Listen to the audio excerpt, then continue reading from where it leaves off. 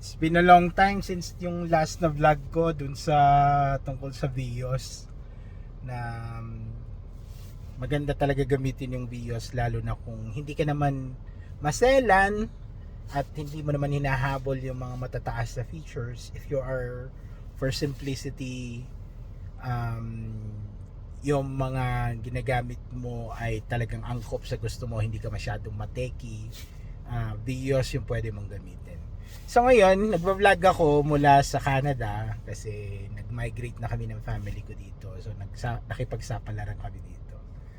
At isang experience ko sa pagdadrive dito is ibang-iba talaga sa Pilipinas kasi maluwag yung kalsada, maayos yung kalsada nila, walang bayad ang freeway, at tsaka halos lahat ng mga drivers ay sumusunod sa mga road signs at saka sa mga traffic signs. So wala talagang gitgitan, walang nagkakat. Ibang-iba yung experience sa sa pagdadrive. This is my first week. Actually wala pang isang linggo pero since Tuesday nakapag-drive na ako dahil naisama na ako sa insurance ng sasakyan ng kapatid ko. And nadadrive ko na itong sasakyan nila. And gusto ko lang din magbigay itong Nissan Pathfinder. Hindi ko pa masyadong alam yung mga features niya, pero ang lupit ng kotse nito. Itong mga basic na cars dito sa Canada, merong heated na manibela, heated seat, and as in lakas ng makina, 7-seaters to 8-seaters depende sa liit ng sakay mo, pero mostly 7-seaters, tapos fully automatic lahat. And ang lakas ng hatak. Nissan Pathfinder, walang ganito sa sa Pilipinas, pero dito very common siya. Maraming gumagamit nito, and kasi maganda yung performance niya, maganda yung ang laki ng tires. Hindi ko pa nakita yung tires kasi hindi ko pa na videoan yung labas, pero mamaya isisingit ko dito sa video na to, isasama ko siya yung features ng ng sasakyan na to. Gawa ako ng separate na vlog.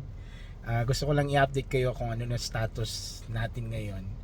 And dito tayo, sinusundo ko yung kapatid ko sa opisina niya. Ayan. Ang sarap mag-drive dito kasi walang traffic. Parang ang lapit lang ng ng mga pupuntahan mo. Kasi walang traffic. Kahit na 5 kilometers yung layo, or 6 kilometers, or 15 kilometers, makakarating ka ng maaga sa pupuntahan mo dahil walang traffic. Nagkaka-traffic during rush hour dun sa expressway. Pero moving siya, hindi katulad ng traffic sa atin na talagang matutunganga ka talaga. Dito hindi. Moving yung traffic nila dito. Yun na yung pinakama-traffic according to them. Yun lang, mag-update ako. Bibigay ko sa inyo yung full review ng Nissan Pathfinder para malaman ninyo kung anong kagandahan ng features nito. Kasi for me parang okay siya na compact SUV, and ang lakas ng makina. Hindi ko masabi malakas ang aircon kasi heater ang ginagamit namin dito. At tsaka lahat fully automated, and I really love this car. Yung car ng brother-in-law ko tsaka ng sister-in-law ko. So update ako sa inyo kung ano yung mga madalas na nakikita kong mga sasakyan dito. Marami, halos lahat SUVs.